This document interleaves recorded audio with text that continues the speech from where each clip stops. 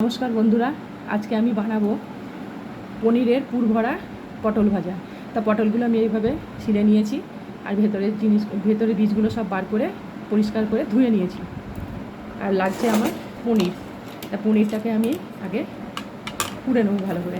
এরকমভাবে পনিরটা নিয়ে নিয়েছি।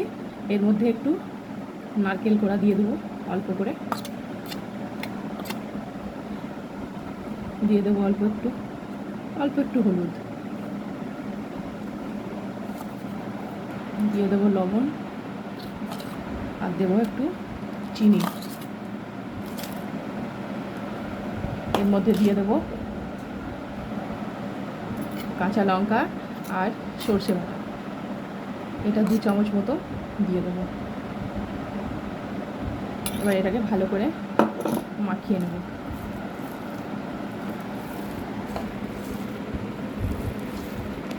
হয়ে গেছে। এবার আমি পটলটার মধ্যে একটু হলুদ দিয়ে দেবো সামান্য, আর দিয়ে দেবো সামান্য মতো একটু লবণ। এগুলোকে মাখিয়ে হালকা আমি সেদ্ধ করে নেব। এইবার আমার এটা হয়ে গেছে। আমি এগুলোকে নামিয়ে নেব। এর মধ্যে আমি ফুলগুলোকে ভরে দেবো।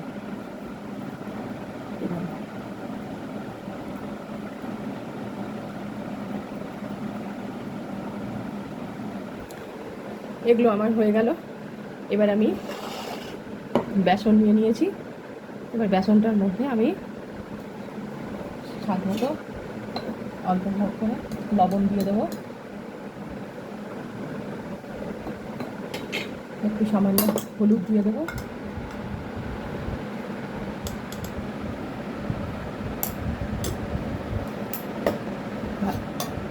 আর দিয়ে দেবো লঙ্কা গুঁড়ো।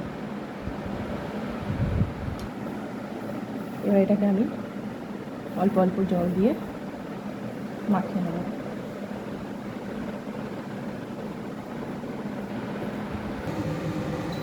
আমি কড়াতে তেল গরম করতে দিয়ে দিয়েছি। আমি এবার বেসনে দিয়ে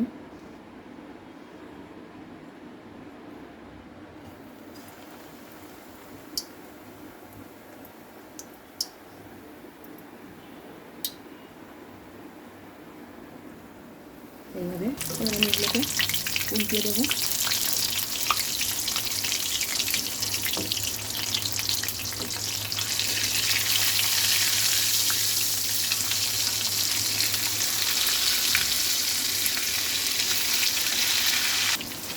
আমার এগুলো ভাজা হয়ে গেছে।